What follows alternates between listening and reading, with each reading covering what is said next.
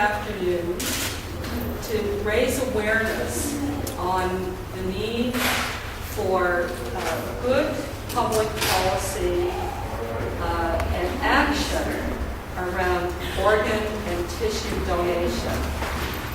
And my reason for participating today in this effort is quite personal. I'm very pleased to be joined by a number of people, but I'm particularly pleased to be joined by my nephew, Nathan McDonald, who is here to my right. Nathan is currently waiting for a kidney transplant and has been for a bit more than 2 years. Is that a bit more than 2 years? And in our family, we consider him our miracle baby. He received a transplant when he was 9 months old, the first time, and a second transplant when he was 5 years old. His mom, my sister-in-law, Ruth McDonald, is also here today, sitting in the audience, and she was the donor the second time Nathan had a transplant.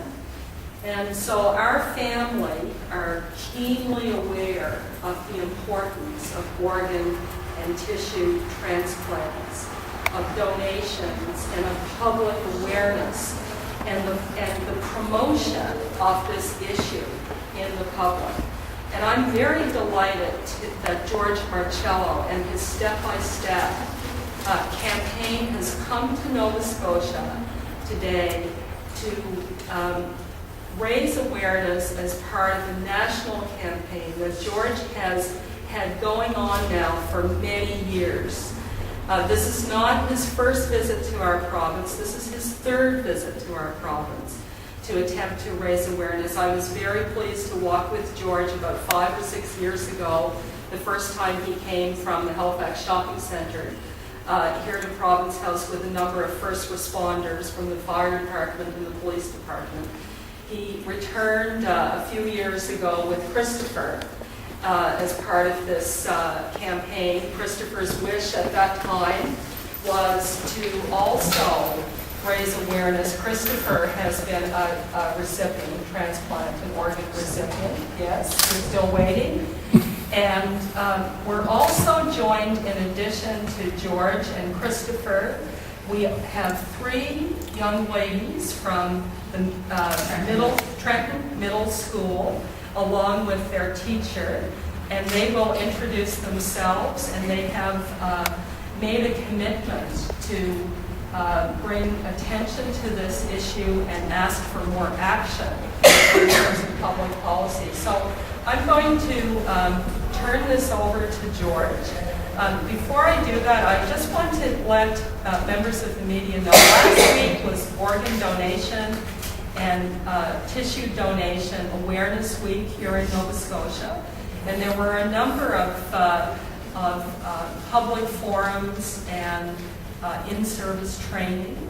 At the public forum last Wednesday night at the Lord Nelson, the stories of people who have received organs and tissue, as well as members of families who were donor families, were very, very moving. But we have to do more to get the issue into the public awareness. Nova Scotians, about 400,000, have signed the health cards indicating that they are prepared to be donors. But yet in Canada, several hundred people every year die waiting for an organ donation. And we can do better. We don't do as well as many other Western nations. And so we need to ask ourselves why that is. We need to ask ourselves what else we can do. And part of what we have to do is to be talking more in public about the great need for people to sign and to participate in this program. So I'll turn this over to George. George has done a ton of work in Ontario.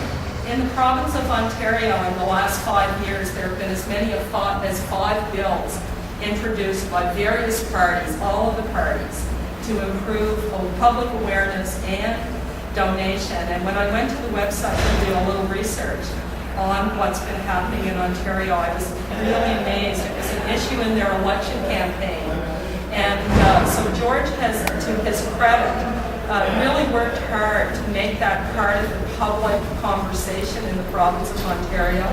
And I would very much like to see it become more of a conversation here in the province of Nova Scotia. So that's what we're all doing here today. And George, the floor is yours. Thank you.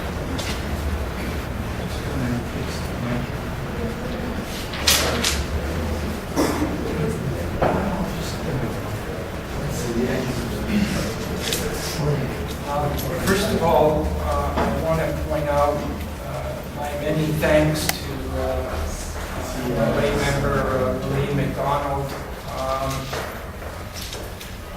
for her support, not only towards our campaigns in previous times, but her support towards organ and tissue donation overall.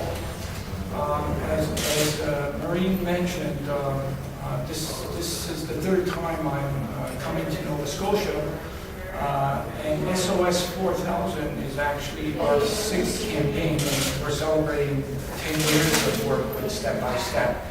And this is in participation with many people across Canada.